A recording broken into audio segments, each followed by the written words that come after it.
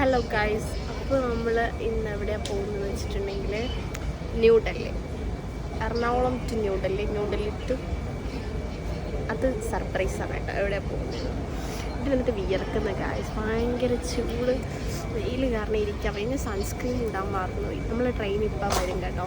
സമർകാന്തി എന്നാണ് ട്രെയിനിൻ്റെ പേര്. പറയുന്നത് കേൾക്കുന്നുണ്ടോ എന്ന് എനിക്കറിയില്ല. കാരണം എന്താണെന്ന് വെച്ചിട്ടുണ്ടെങ്കിൽ ഇവിടെ നിറച്ച ആൾക്കാർ നമ്മൾ നോക്കിക്കൊണ്ടിരിക്കും ഇങ്ങനെ വീഡിയോ എടുക്കുന്നവർ. അപ്പം നമുക്കൊരു നാണം വരും, പക്ഷെ നമ്മൾ കാണിക്കാൻ പാടില്ല കേട്ടോ അങ്ങനെ. ഓക്കെ ഗായ്സ്, അങ്ങനെ നമ്മൾ ട്രെയിൻ വന്നു കേട്ടോ. ചിലറിൽ കുഴപ്പമില്ല തോന്നുന്നല്ലേ. അപ്പോൾ ഗായ്സ്, ഇതാണ് നമ്മളെ ട്രെയിൻ കേട്ടോ വരുന്നുണ്ട്.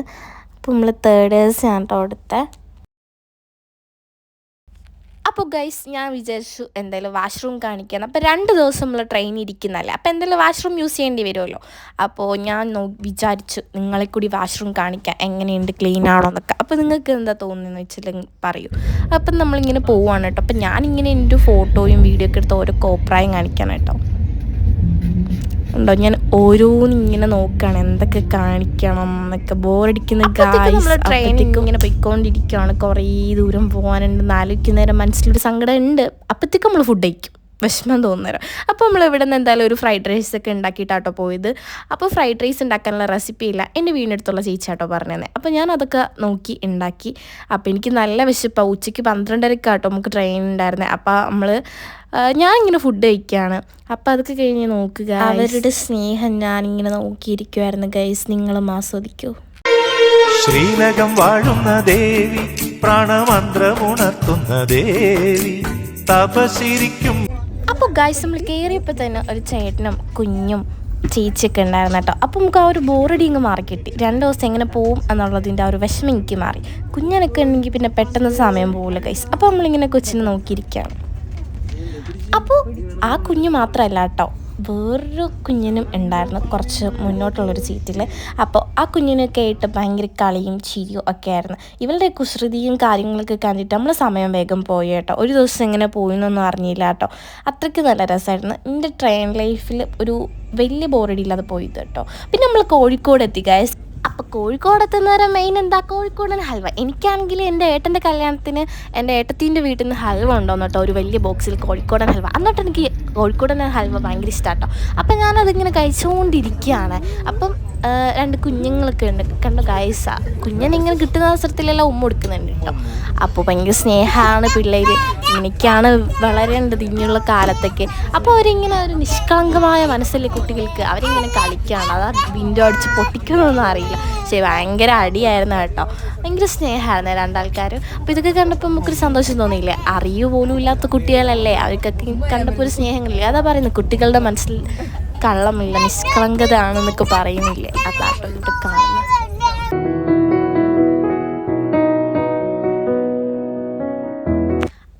ഗൈസ്, മോർണിംഗ് ആയ കേട്ടോ. Day 2 മോർണിംഗ് ആണ്. അപ്പോൾ എനിക്കാണ് രാവിലെ ചായ ഇല്ലാണ്ട് പറ്റില്ല. ഓക്കെ ഗൈസ്, എൻ്റെ മുഖമെല്ലാം മാറി ഞാനൊരു പ്രാന്തീനെ പോലെ ആയിട്ടില്ലേ. ഇപ്പോൾ എനിക്കാണ് ആകെപ്പാട് എന്തോ പോലെ. എൻ്റെ ലിപ്സ്റ്റിക്കൊക്കെ പോയി, എൻ്റെ വിത്തൗട്ട് മേക്കപ്പ് ആണ് കേട്ടോ എങ്കിൽ കാണുന്നത്. അപ്പം ഞാൻ കിടന്ന ബെഡ്ഷീറ്റെല്ലാം കഴുകുകയല്ല, കിടന്ന ബെഡ്ഷീറ്റെല്ലാം മടക്കി വെക്കുകയാണ് കേട്ടോ.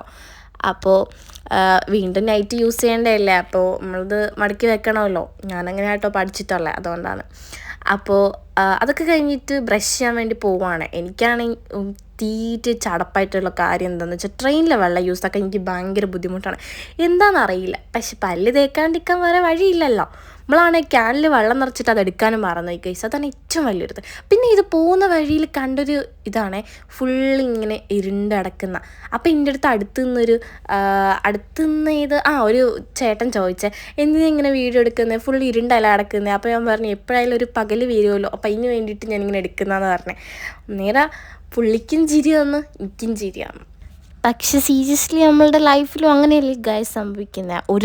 ഒരു ഡാർക്ക് ആയിട്ടുണ്ടെങ്കിൽ എന്നായാലും നമ്മളുടെ ലൈഫ് ബ്രൈറ്റ് ആവൂലേ. എപ്പോഴായാലും ഒരു രാത്രി ഉണ്ടെങ്കിൽ ഒരു പകലുണ്ട് എന്നല്ലേ, അപ്പോൾ നമ്മളെ ലൈഫും കളറാവൂലേ ഗൈസ്. ഇത് മുംബൈ ആണ് കേട്ടോ. അതാ ഞാൻ എടുത്ത് ഇപ്പോഴാണ് എനിക്കിത് കത്തിയത്. കാരണം കുറേ ഫ്ലാറ്റും. എനിക്ക് ഈ മുംബൈ കേൾക്കുന്നേരം ഓർമ്മ വരുന്ന സിനിമ ഏതാണെന്ന് അറിയോ? ആ സിനിമ ഏതായിരുന്നു, ക്രിസ്ത്യൻ ബ്രദേഴ്സ് ആട്ടോ. എനിക്ക് ആ സിനിമയിൽ മുംബൈയിൽ കുറേ ഇത് പറയുന്നില്ലേ, അത് വെക്കുന്നത് എനിക്ക് ഓർമ്മ വരുന്നുണ്ട്. അപ്പം ഞാൻ കുറേ വീഡിയോയിൽ എടുത്ത് വെച്ചിട്ടുണ്ട്. കുറേ ഇന്നലെ ഫ്ലാറ്റും കാര്യമൊക്കെ ഉണ്ട് കേട്ടോ മുംബൈയിൽ. ഞാനിങ്ങനെ പോയിട്ടൊന്നുമില്ല, ഇങ്ങനെ അതിൽ കൂടി പാസ് ചെയ്യുന്നേരം കണ്ടതാണ്. അപ്പോൾ ഗൈസ് ഞാൻ ഇങ്ങനെ പോകുന്ന നേരം കണ്ട വീഡിയോയിൽ വന്നതാട്ടോ ഇങ്ങനെ ട്രാക്കിൽ പണിയെടുക്കുന്നത്. അപ്പം ഞാൻ വിചാരിച്ചു അതും കൂടി വീഡിയോ എടുക്കാമെന്ന്. അപ്പോൾ ഗൈസ് ഞാൻ കണ്ടതാട്ടോ ഒരു കുഞ്ഞ്, ഒരു ചെക്കനാണ്. അവൻ ഈ പട്ടീനെ ഇങ്ങനെ തോളത്ത് കിടത്തിക്കൊണ്ട് പോകുന്നുണ്ടില്ലെങ്കിൽ. പിന്നെ ഏതോ ഒരു സ്റ്റോപ്പ് എത്തിയപ്പോൾ നമ്മളെടുത്തിരുന്ന ഒരു ആൻറ്റി അങ്കിളും പറഞ്ഞ് ഇത് കേരള സ്റ്റൈൽ ഫുഡായിരിക്കും, നിങ്ങൾ എന്തായാലും വാങ്ങിക്കോ, നല്ലതായിരിക്കും. പക്ഷേ സത്യം കേട്ടോ, കേരള സ്റ്റൈൽ ഫുഡ് തന്നെയാണ്. ചോറും പയറ് കറിയും അച്ചാറും പിന്നെ മീൻകറി ഉണ്ടായിരുന്നു. മീൻകറി വെച്ച് എനിക്ക് അത്ര വലിയ ഇഷ്ടപ്പെട്ടില്ല, പക്ഷേ മീൻകറി ഉണ്ടായിരുന്നു, കഷ്ണമില്ല കേട്ടോ.